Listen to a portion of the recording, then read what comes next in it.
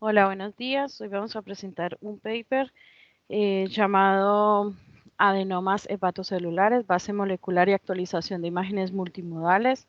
Es un paper de la revista Radiographic que fue presentado el 23 de febrero del presente año y en la parte inferior les dejo el DOI por si es de su interés.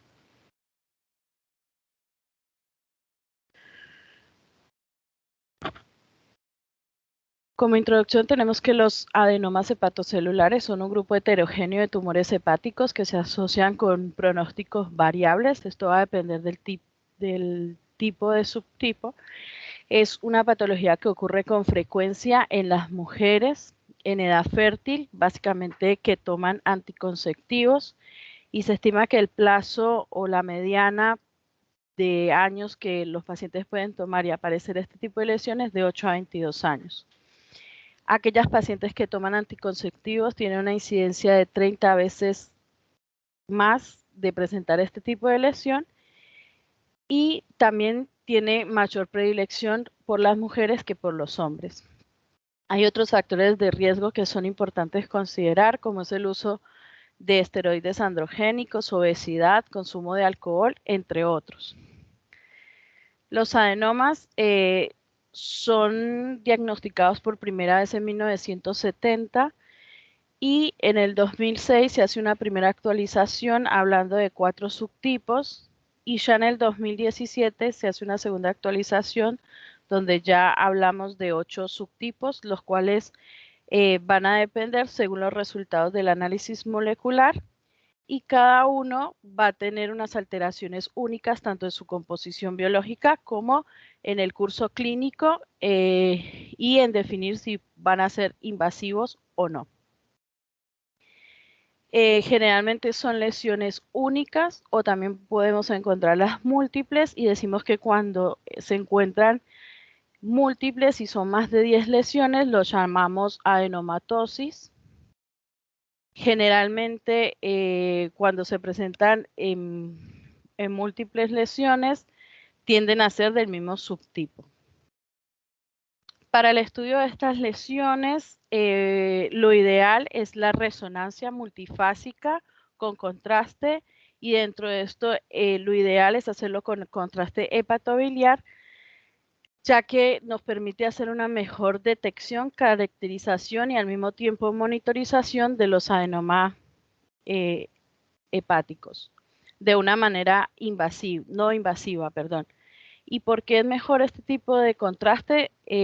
Porque estas lesiones pueden tener mayor afinidad por el receptor del polipéptido transportador de aniones orgánicos que se denomina OATP1B1-3, ya que el hígado normalmente tiene este polipéptido y normalmente lo que hace es absorber el fármaco permitiendo que tenga una mejor realce en la fase hepatobiliar de las secuencias dinámicas y por eso es importante que se pudiera hacer con este tipo de contraste. Dentro de las complicaciones tenemos que las más temidas son el sangrado y la transformación maligna a hepatocarcinoma y esto va a depender básicamente del tamaño del tumor, del subtipo y de los factores clínicos. En cuanto al tratamiento, lo que más se utiliza son la cirugía y se realiza en aquellos pacientes que tienen adenomas mayores de 5 centímetros en los hombres y cuando encontramos un subtipo exon 3 con mutación de beta-catenina. También se habla que como potenciales métodos para el manejo de esta patología está la ablación térmica y la embolización transarterial, pero hoy por hoy básicamente se utiliza más en el contexto de alguna complicación aguda como es una ruptura de esta lesión. Dentro de los subtipos, como les dije, tenemos 8. Los principales son el inflamatorio, el HN1 alfa, el mutado por beta-catenina, que va a ser básicamente 4 subtipos, la mutación del exon 3, la mutación del exon 7-8 y puede haber una un mixto entre inflamatorio y la mutación de la betacatenina 3 o del exón o inflamatorio más la mutación del exón 7-8. Están los adenomas Sonic Headshort y están los adenomas sin clasificar, los cuales iremos viendo en el transcurso.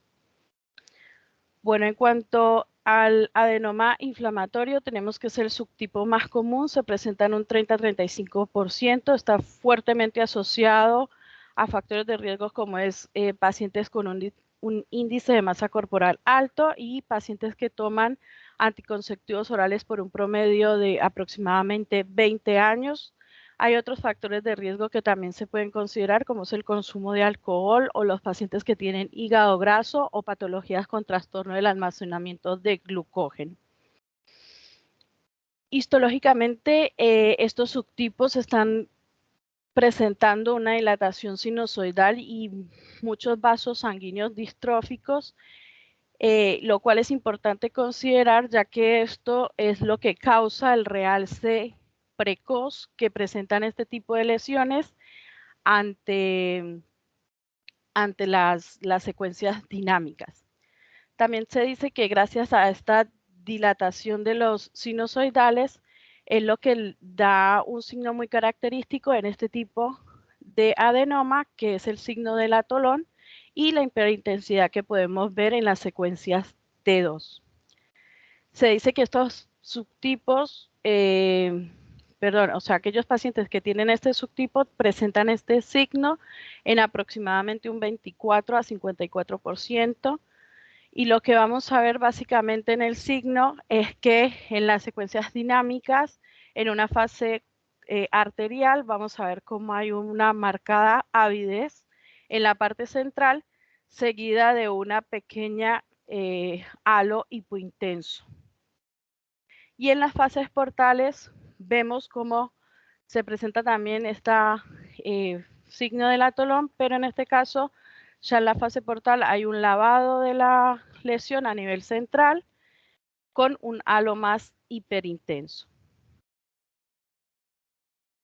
Otra característica bien importante a tener en cuenta es que en el resto de las secuencias, en T1 vamos a ver que es variable, en T2, como ya les dije, va a haber una hiperintensidad de la lesión, y en las secuencias dinámicas, generalmente en la fase arterial va a tener un realce ávido que va a persistir en la fase portal, y en la fase hepatobiliar esto se va a ver hipointenso. ¿Y por qué motivo? Porque en este tipo de lesiones hay una caída o hay una disminución de la expresión del polipéptido transportador de los aniones orgánicos, como les había dicho, que se denomina OATP1B1-3.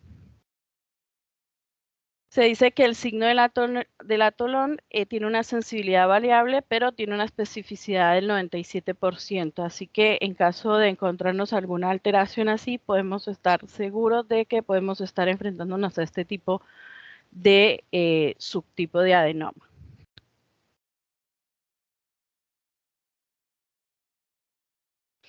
También hablaban que hay un porcentaje, aproximadamente un tercio de los adenomas inflamatorios que en la fase hepatobiliar pueden verse isointenso. Y aquí sería como algo que nos pondría en peligro la sospecha diagnóstica, y la única manera de poder hacer este diagnóstico es haciendo el análisis anatomopatológico. Aquí entonces tenemos un caso, es una paciente de 36 años con un adenoma inflamatorio mayor de 5 centímetros que está afectando el lóbulo hepático derecho. Fue comprobado anatomopatológicamente. La primera imagen es una imagen de ecografía en escala de grises longitudinal, y lo que estamos viendo es cómo hay una imagen hiperecogénica seguida de un halo hipoecogénico. La segunda imagen es una resonancia en secuencias T2-FAT-SAT. Vemos como la lesión es discretamente hiperintensa, seguida de un halo un poco más hiperintenso, que también haría énfasis al signo del atolón. La tercera imagen es una secuencia T1 FAT-SAT sin contraste y lo que estamos viendo es una masa discretamente hiperintensa en relación al resto del parénquima hepático. De la D a la F son secuencias dinámicas con contraste. La primera es una fase arterial. Como ya les había dicho, hay un realce ávido seguido de un halo hipointenso, haciendo énfasis al signo del atolón. En la fase portal hay una persistencia del realce con cierto lavado, y aquí lo que vamos a ver es que la parte central se ve un poco más hipointensa, seguido de un halo más hiperintenso. Y en la fase hepatobiliar lo que vamos a ver es la hipointensidad. Este paciente, un año después, consulta porque tiene dolor en el hipocondrio derecho y tenía además síntomas de hipotensión, por lo cual fue sometido a una resonancia de emergencia, evidenciando entonces en la imagen G, que es una secuencia T1 FAT-SAT sin contraste, una área heterogénea con cierta área hiperintensa, la cual en las secuencias dinámicas, que esto sería un T1 FAT-SAT en fase portal, vemos como hay un área hiperintensa, lo que nos haría sospechar en una posible hemorragia que estaba presentando. Y en la siguiente fase, lo que estamos viendo es cómo hay un sangrado activo. Este paciente entonces fue resuelto realizándole una hepatectomía derecha de emergencia. El otro subtipo tenemos que es el HNF1 alfa. Generalmente esto es un gen supresor de los tumores que también actúa como un importante factor de transcripción de los hepatocitos, y este va a ser el responsable de la expresión de otra proteína transportadora de ácidos grasos, que es la LFABP, la cual va a ser responsable del tráfico de ácidos grasos y de la acumulación intracelular que va a tener este tipo de lesión. Y esto es importante considerarlo, ya que va a ser lo que nos va a dar la característica de imagen de este tipo de lesión. Como factores de riesgo, si bien persiste el uso de anticonceptivos y la obesidad, no hay tanta asociación como en el anterior subtipo. Entonces, en una ecografía lo que vamos a encontrar son imágenes básicamente hiperecogénicas, homogéneas, debido al contenido graso de esta lesión. Y en las resonancias, lo que vamos a ver y las secuencias que más nos van a ayudar son las secuencias de fase y fuera de fase, ya que esto nos va a permitir ver todo lo que son los desplazamientos químicos que puede tener la lesión. En otras secuencias, como es el T1 FAT-SAT sin contraste, vamos a ver la lesión hipointensa. En las secuencias dinámicas, en la fase arterial, vamos a ver que tiene un realce ávido, pero en la fase portal la vamos a ver hipointenso. No va a ser como el anterior, que tiene como una persistencia del realce, no. Aquí lo vamos a ver un poco más hipointenso. Y en la fase hepatobiliar va a ser marcadamente hipointenso, como lo vemos acá en la imagen que nos acompaña.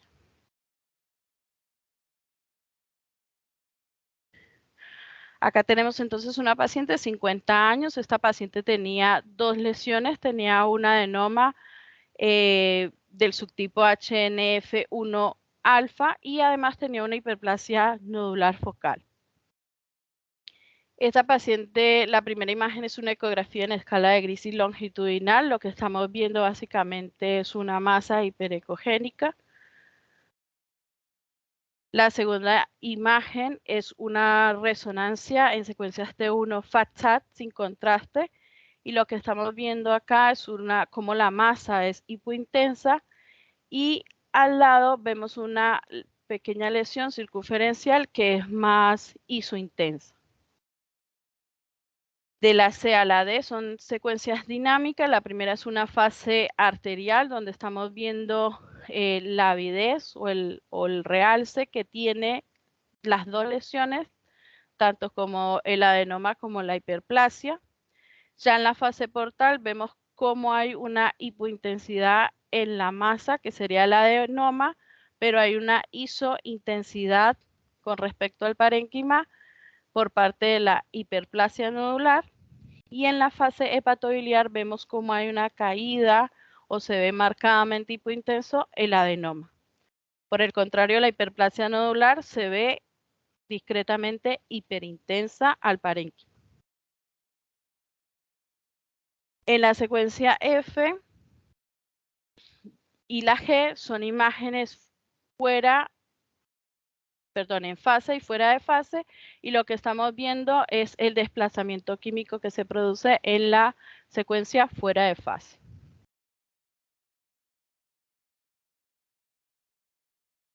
Por otro lado, tenemos que el sangrado y la transformación maligna son complicaciones que pueden afectar a este subtipo. Es poco frecuente, pero en aquellos tumores mayores de 5 centímetros existe la posibilidad hasta en un 4%. Aquí también tenemos que considerar que dentro de este subtipo existe otro subtipo al cual lo denominan mixoide, y es un subtipo que afecta básicamente a las personas de edad avanzada y que tienen mayor riesgo de transformación maligna. Y este subtipo puede no tener una asociación tan fuerte como con los factores de riesgo como es la obesidad o el uso de anticonceptivos.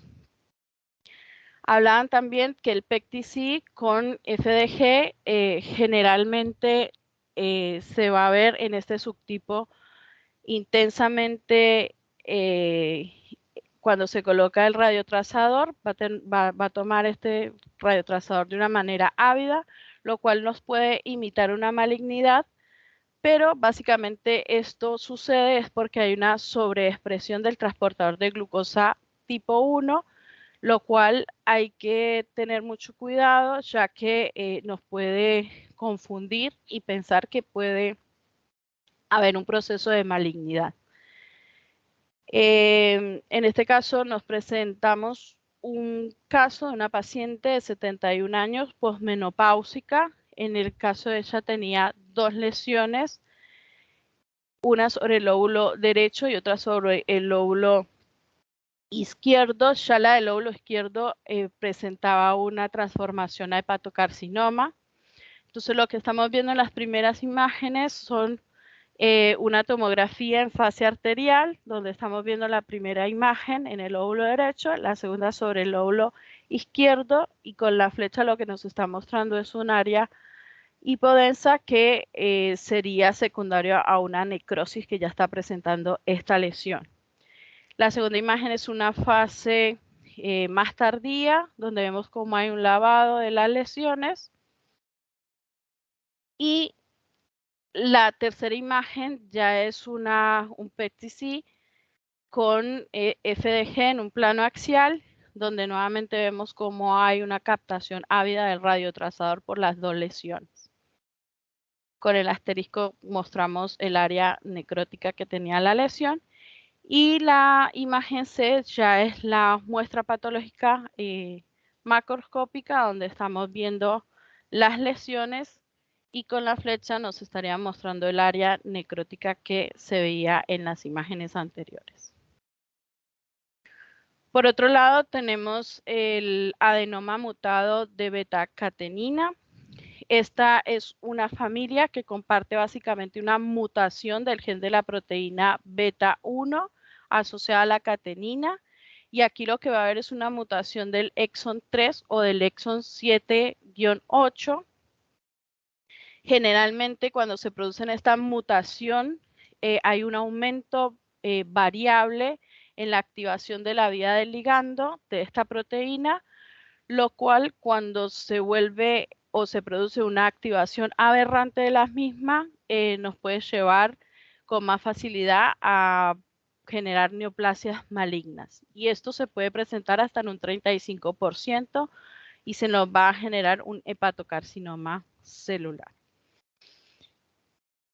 Dentro de las mutaciones, el exón 3 es el que conduce a la fuerte activación de esta vía, Por lo tanto, es el subtipo que tiene un riesgo mayor de transformación maligna hasta en un 40%. Y este tipo de subtipo está fuertemente asociado al uso de esteroides androgénicos, a enfermedades vasculares del hígado y se presenta con mayor frecuencia en los hombres hasta en un 30 a 40%. Por otra parte, la mutación al exón 7-8 es una mutación que implica un bajo riesgo de transformación a hepatocarcinoma, pero lo que sí tiene este tipo de lesión es que pueden producirse hemorragias internas. Como les había mostrado anteriormente, este adenoma también se puede ver mezclado con lo que es el adenoma inflamatorio más el adenoma mutado por betacateína, tanto 3 como 7-8, y esto va a generar 4 subtipos de esta categoría. A nivel de las imágenes, lo más característico son los adenomas que se encuentran mutados en betacateína con exón 3. Lo que vamos a ver es una cicatriz central hiperintensa en las secuencias T2, las cuales van a tener un realce máximo en la fase arterial y puede persistir en la fase portal. Y una característica bien distintiva hasta en un 80% es que en la fase hepatobiliar va a ser iso o hiperintenso. Y esto debido a que en este subtipo hay una mayor expresión del polipéptido transportador o ATP1B1-3.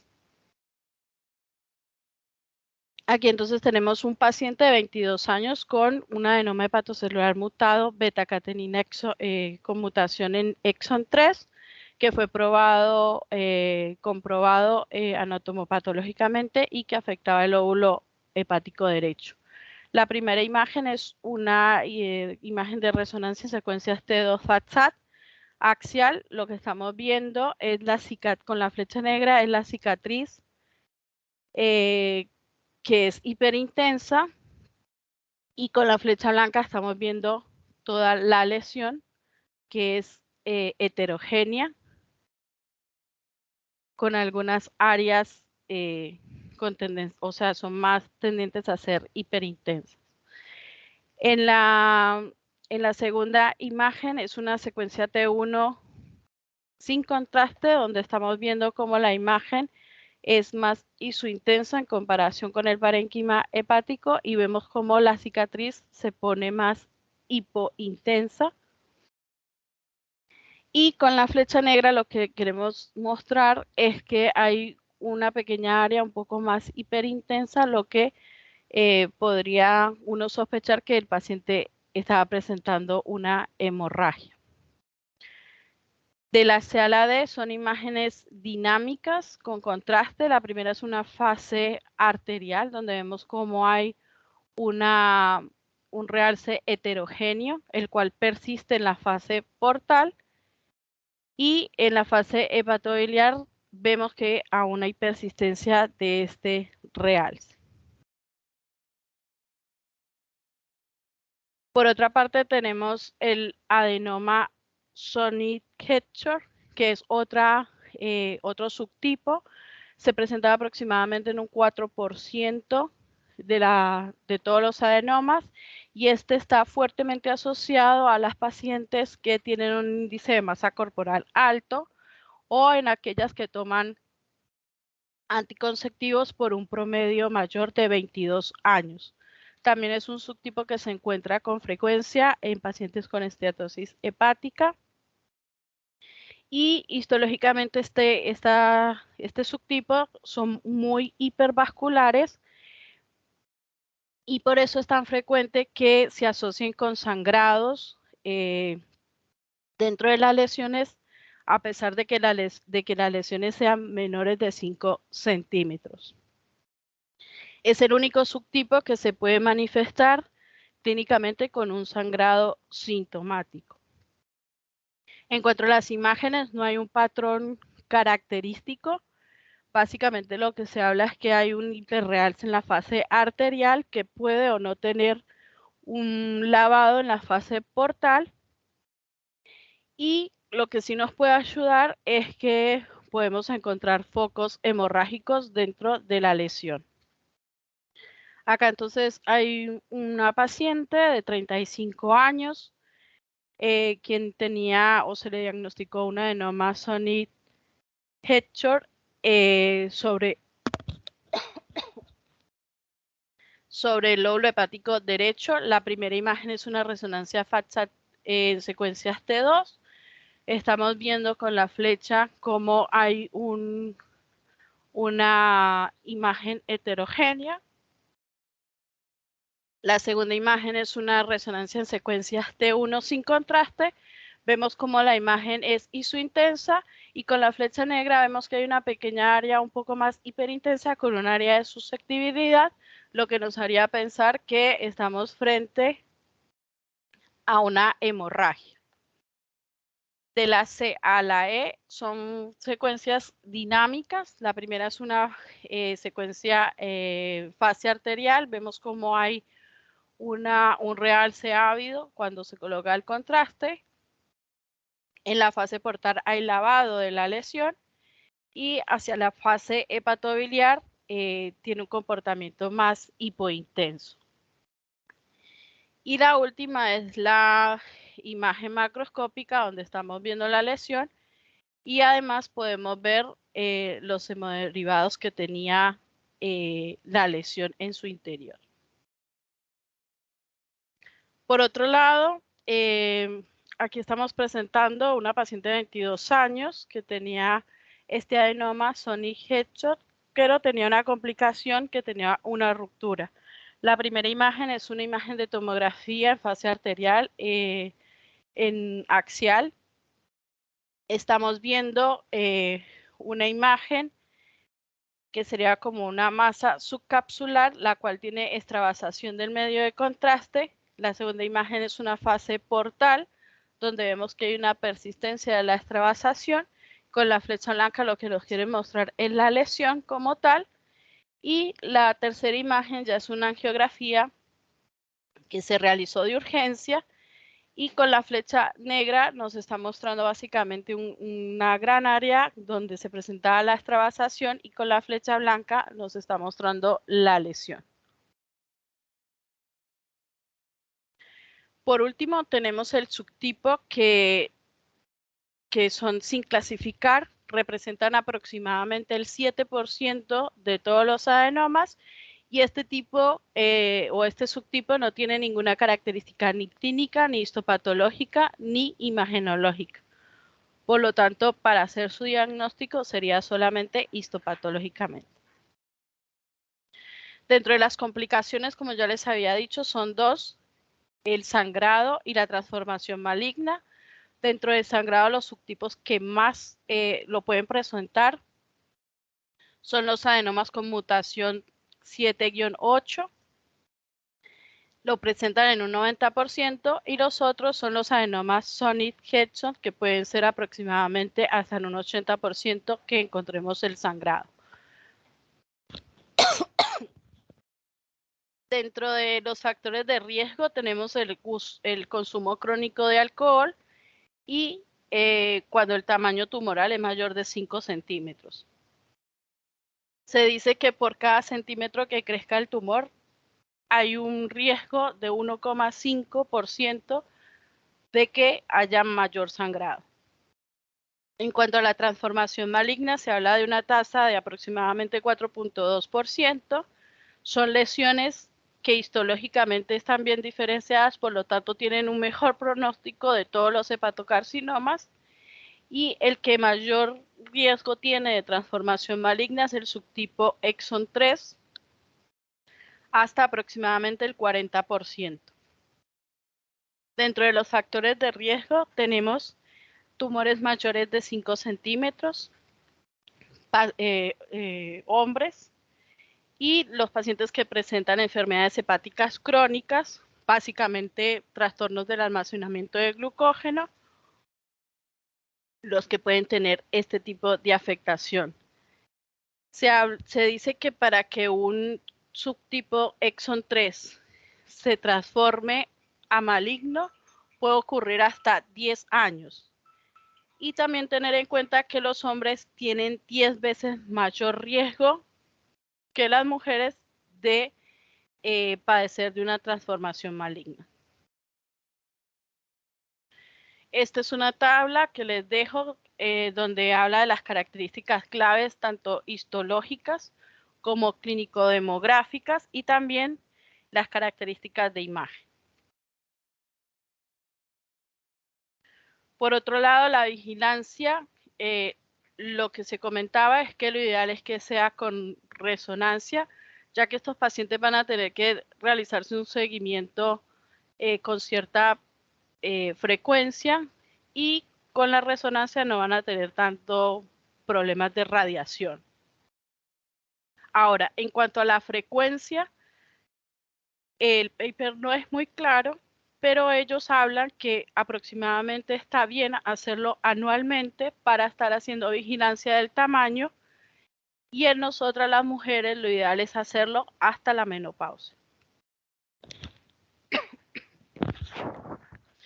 En cuanto al tratamiento, inicialmente hacer reducción de factores de riesgo, excepto en aquellos que tengan un subtipo de mutación exon 3, en aquellos pacientes que tengan un adenoma roto o con sangrado activo, lo que hacemos es reanimación con líquidos, una embolización transarterial para tratar de hacer una estabilidad hemodinámica y pensar a posterior en un proceso quirúrgico. Sí o sí, hacer cirugía en aquellos pacientes que tienen un subtipo exon 3, en aquellos hombres que padezcan esta patología, o en aquellas lesiones que sean mayores de 5 centímetros o que en su control tengan un aumento de su tamaño mayor del 20%.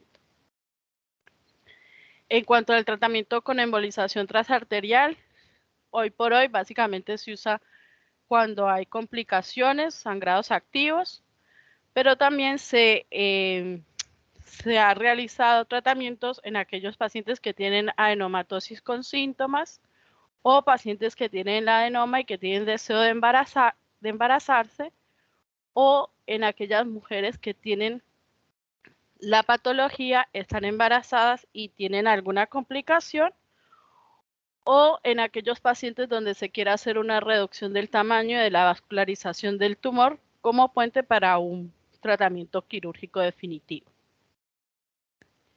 En cuanto al embarazo, hablaban que básicamente lo que se hace es un seguimiento ecográfico y solo se hace tratamiento activo cuando hay una complicación, como por ejemplo un sangrado.